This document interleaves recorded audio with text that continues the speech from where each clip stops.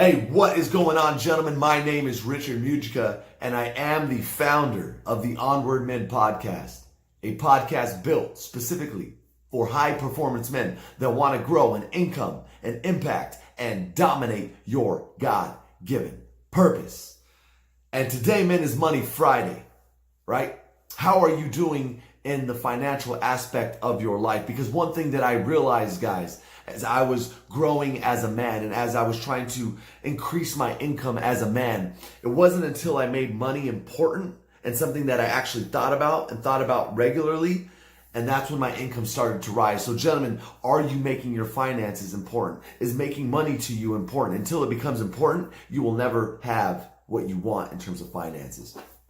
And with that being said, I'm all about the 5 M's of manhoods, guys, which is muscle, mission, mindset, marriage, and of course, money. And I believe, gentlemen, with all of my heart, that you got to have all 5 if you want to be considered a high performance man.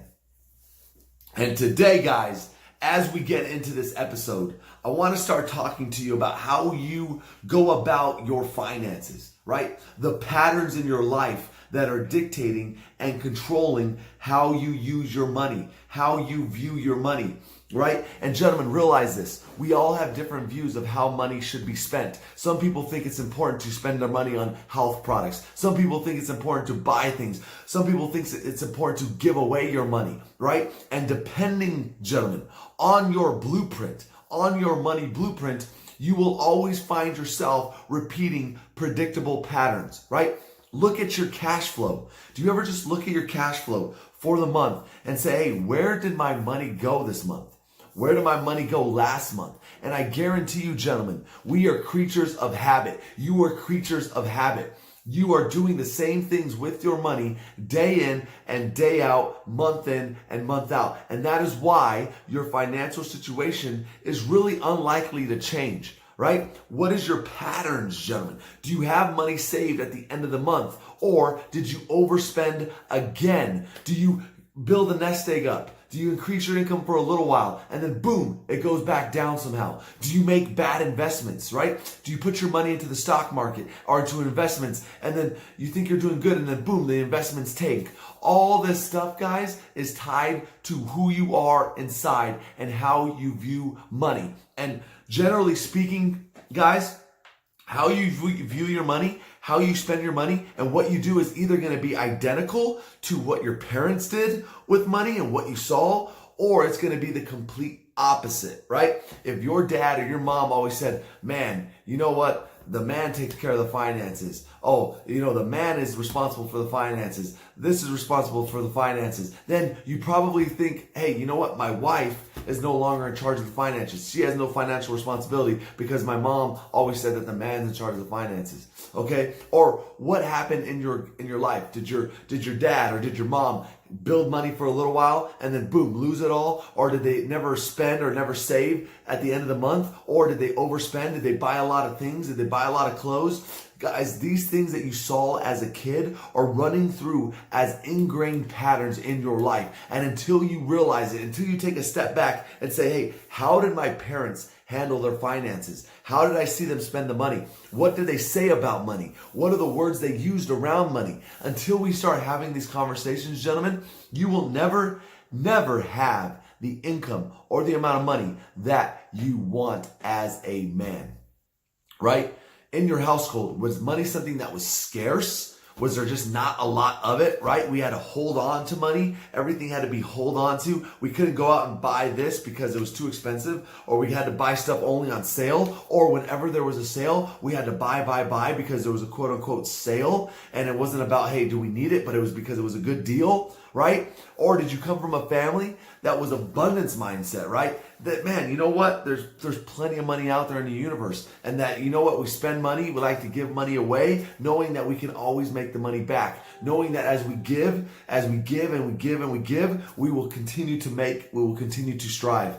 Gentlemen, I'm telling you, right now in your life, you need to take a record, take an account of where your money is being spent, and more importantly, why is it being spent there? Do you get your paychecks and you always tell yourself, man, I'm going to put money aside, but you never do it. Or, hey, I'm going to give away to charities. Or this month I'm going to give away to charities. And you never do it because you always feel like you run out of money, right? Where did the money go? I don't know what the heck happened this month. I wanted to save. I wanted to set myself up for the future. I wanted to put more in my 401k. I wanted to do this, but you never freaking do it. Gentlemen, you have to realize the reason why you're not doing it is because it's not your analytical thinking that's killing you. It's what's down below, right? All your subconscious programming on how you deal with money, what you think about money is literally controlling your every step. You may think you don't want to save or you might want to save, but it doesn't matter because it's controlled subconsciously, guys. I hope you are realizing this.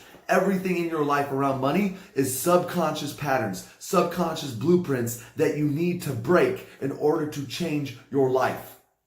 And with that being said, the best book that I have read on finances, the best book I have ever read around money and increasing your wealth and not losing your wealth and not having broke spending patterns and being able to actually have financial clarity is called The Millionaire Mind, or Mindset of a Millionaire. It's by T. Harvey Eker, right? T. Harvey Eker, one of the best books ever on money and why you're not making more of it. Everything comes down, gentlemen, to your subconscious money blueprint. We all have a thermostat of money in our life, right? Most of us are set at a certain temperature. Maybe it's 60 degrees, 75 degrees, 80 degrees.